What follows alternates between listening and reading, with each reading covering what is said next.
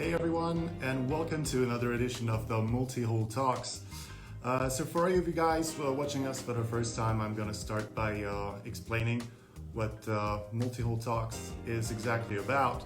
So as you may have noticed, some time ago, all the boat shows got canceled, and suddenly, we weren't able to catch up with you guys.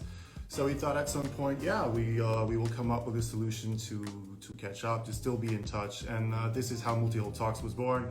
And we had this idea to catch up for tea and talks with basically members of the Sunreef Yachts family. So we're very happy to do this. And over a couple of episodes already of the Mul-Tea-Hull Talks, we got to catch up with the company CEO, the company chief technical officer, the sales team, Sunreef Yachts captains, but also our brand ambassador, Nico Rosberg. And today we're here to catch up with one of the Sunreef captains, because we like to talk with captains who actually have first-hand experience on helming our boats. So it's very exciting.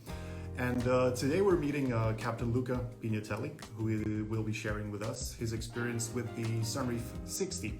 And I'm very happy to be doing this because Luca is actually someone who has previous experience with our classic range of catamarans, the classic sail cats, actually Sunreef 74s. Luca had the chance to work on two Sunreef 74s before moving to a Sunreef 60 from our new range of sail catamarans. So Luca will share his experience about the Sunreef 60, but also we'll try and compare the differences between the older range and the new range that we currently have.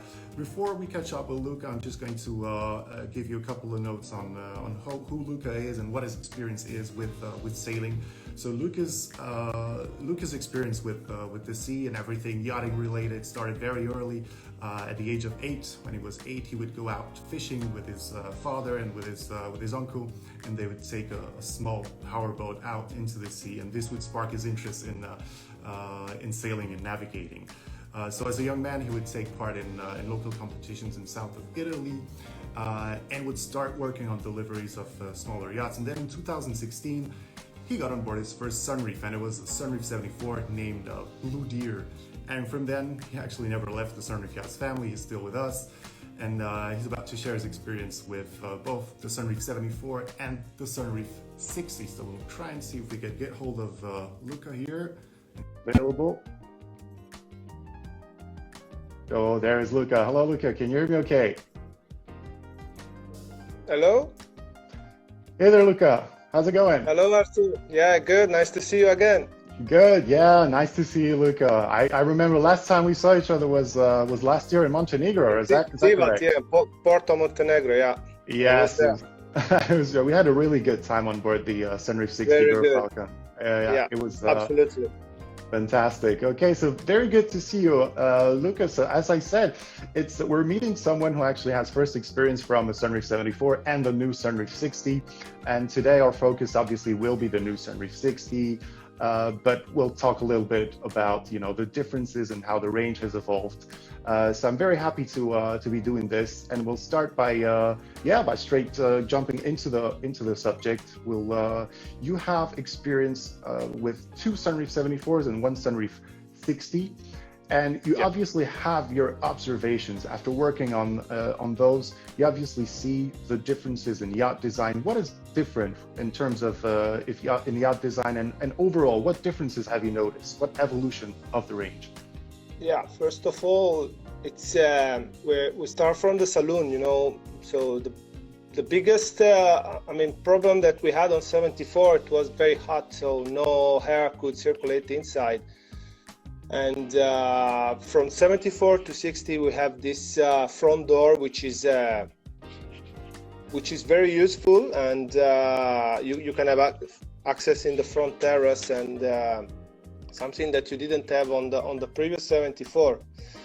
So we talk about even the rigging and all the mobile rigging and sheet and halyards. Everything on the fly bridge is clear, because everything now it's installed on the mast, so all the floor is clear, no ropes on the floor, and no stopper on the deck, so that's an upgrade that personally I like a lot. Yeah.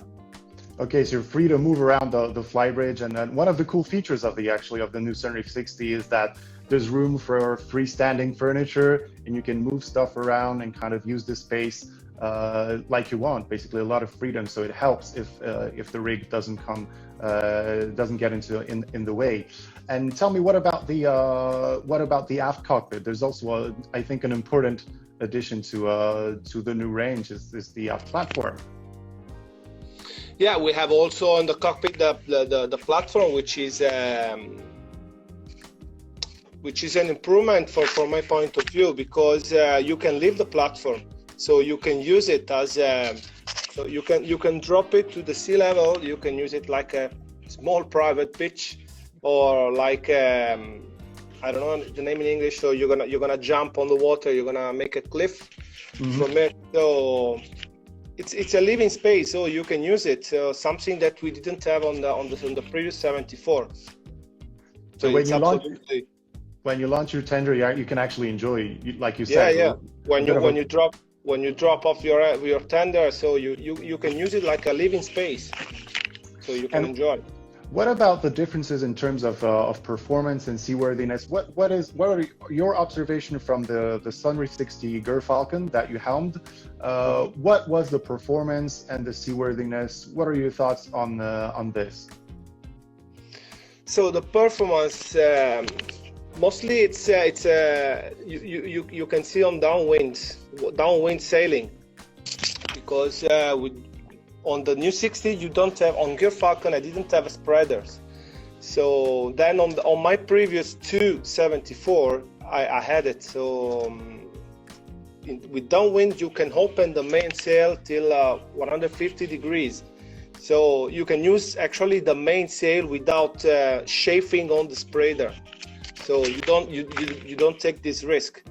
So it means that the boat is more useful from my point of view. So would you say, because we're talking about luxury boats, and there has to be a balance between performance and the luxury and the comfort on board, would you say the Sunreef 60 balances those two things well? Yes. So the performance, the mix between comfort and performance are great, because you can bring your boat to the limit. So we're not talking about performing catamarans, but we are talking a perfect mix between comfort and the performance. So with new rigging, with new sail design, sail plan, it's absolutely great, this mix, because you can still enjoy sailing. So personally, I was sailing during the season. I was sailing when I had wind, of course, and down there in Croatia you had wind every day. I could sail every day, so you can really enjoy sailing. And tell me what about the maneuvering abilities of the Sunreef 60? Because a lot of people are wondering, it's a fairly large boat. How on earth am I going to maneuver that? How does the Sunreef 60 feel while maneuvering? So let's say the secret, but that's not a secret. It's the beam, because you have a 10.2 meters of beam. So you have like a 2 engine, and you have a lot of space between. So the distance, it's quite a lot. So you can use like a toy. It's like that you have like a azipod, so you can turn your boat as you want. So it's like a toy, even without using boat thruster. So even you have it, but yeah, you did have those, right, on Sunreef Gerfalcon? Yeah, I had one on Gerfalcon, but I almost never use it, because the maneuvering conditions are great. And you would mention that over the summer season you would do a lot of sailing. I think you had a pretty busy summer season in terms of charter back in 2019. Can you tell us about the itineraries? Where did you take the Gerfalcon? So we were based in Split. We were based in Split, and we had 3 kind of itinerary. You have a different different types of clients or guests. So the first one, so who likes to sail a lot, so it doesn't care to wake up early in the morning, so like spend 8-9 hours on the way, and who likes to get relaxed, you know. So this is the meaning of vacation or holiday. Yeah. And so we could go up to the north to the Cornati Island, or we go to like to west, so going from Split to Sholta or Bratz, which are two islands in front of Split, and then out visiting Avar, Shedro, and then Vis, Komiša, and then back to Trogir, and then back to Split.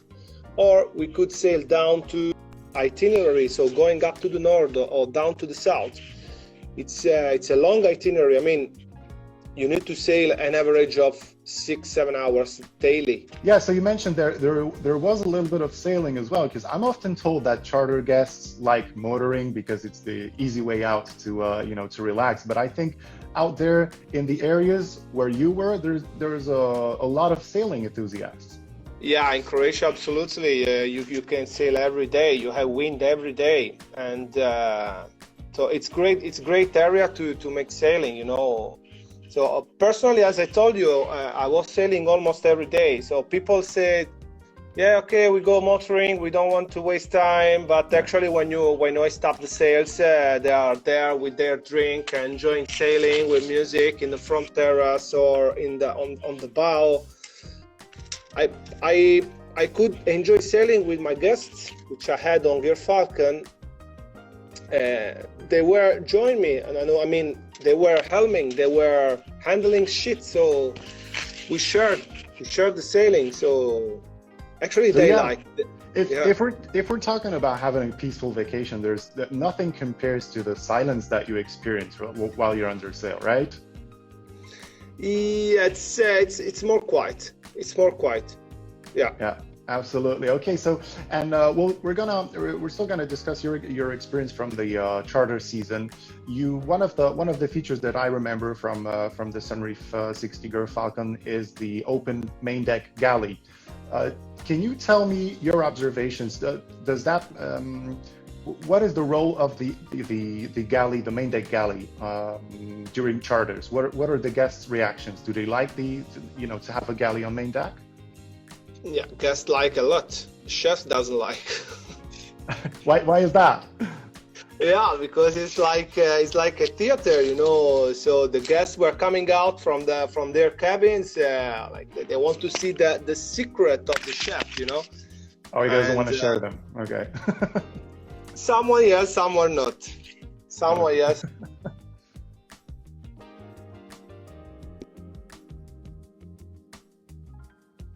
Like a lot to see them, so they were like it was like a lesson sometimes. So some days you had the wives were there, like checking the secret of the chef. How can I make this at home? You know. Actually, I think the chef doesn't like this, but from the guest side, I think it's pretty nice. Yeah, it's pretty nice. It's an experience. It's an experience. So the charter includes a cooking class and a live cooking show at the same time when you have an open galley. Everything was included, yeah. Okay, and tell me, I see we still have some connectivity issues. I'm going to take a look at my internet connection. Seems okay. Your connection okay? Yeah? Yeah, it's fine. Okay. All right, so tell me, I think in one of the Mul-Tea-Hull talks, I got the chance to speak to the captain of the 80 Sunreef Power Autochtone, and I would ask him about what is typical, or not really typical, but what his day was like during charters. And let's imagine for a second that you're in the middle of a charter and you have guests on board. What does your day look like? Talk us through a day in your life when you're out on charter. Yeah, when we were out in charter, so the alarm was very early in the morning, like 6:30, 7 o'clock, 7 a.m. because the chef, first of all, so she had to prepare the breakfast. She was preparing the fresh bread, and we were going down to make provisioning, and well, in Croatia, mostly the fishermen were coming to us, so they knew us, so they recognized the boat and they came close to us, and almost every day they were coming to sell us something, some fresh fish, you know. So they were going out in the night, in the morning they were passing through us, dropping something. So then after breakfast, you're gonna get ready the my beloved platform with all the sea toys, with the gears, you know, like a wakeboard or big banana or all the rings, you know. And we were going out for the wakeboard session or water toy session, while the chef and the hostess was getting ready the lunch or the aperitif before the lunch. Then after lunch, after you make a lunch, you go out to like clean up the boat, to tie up the boat, because you're gonna get ready to take out your anchor and so leave for a new place, for a new area. Okay, and what kind of feedback did you get from your guests? Did you have guests coming from monohull charters as well? Yes, actually, I had a monohull owner on board once. Yeah, you know what happened that week? So this guy, this was crazy, a German guy, I love him. In that week, he decided to sold his boat. He had a monohull motor yacht. In that week, he sold out his boat. And then he started to. I had on board like a Sunreef magazine, you know. I gave him, and he started to look for a catamaran. So, like, really, it's happened, really. True story. So you did have a customer that would actually sell his monohull motor yacht after chartering a catamaran. Okay. Yeah. No. In the week. Wow, while chartering. Yeah. That's amazing. Okay. Yeah. That was a very funny story, but it's a true story. Fantastic. Okay, but so for the last question today, I'm going to go back to your experience with the Sunreef 74, and we'll try and compare two boats that you worked on. So as we said, you did work on the Sunreef 74, a yacht named Blue Deer, and then moved to working on board Lucy Z. Can you tell me the differences between the two, because they were quite different? Yeah, but apparently when you see the boat from outside, though, they are the same boat, but just the color is different. But as you get inside, the boat are completely different. So the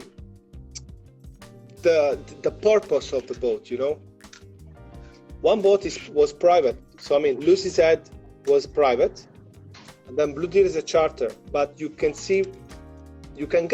understand this from the layout. So Blue Deer was was studied for charter, because you had a Highland open kitchen on the cockpit. You had a running table. It was for charter. The galley was open, you know. Then Lucy Z was more classic, with a dining saloon with the table saloon inside. The galley was down, and was more private, you know. You can see that you can customize your boat as you wish, so for the purpose that you want. Mm-hmm. That was the bigger difference. So but from once again, so from outside you can see are the same boats, are the same, but once inside you're gonna see you can get the difference, so because are very different, completely different. Even the material are completely different. Yeah, so I remember when I would compare pictures of the Lucy Z and Blue Deer before a little chat today.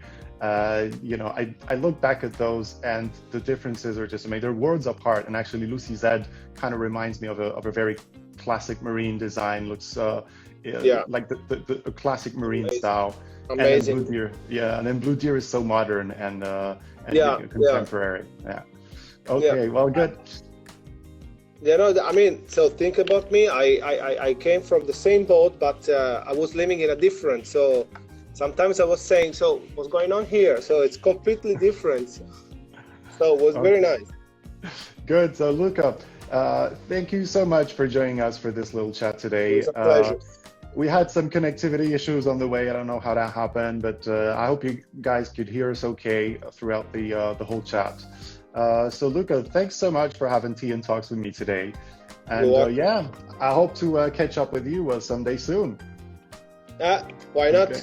Yeah, good. I appreciate it. Thank you so much. Cheers, Luca. Thank you, Cheers. everyone. Bye. Goodbye.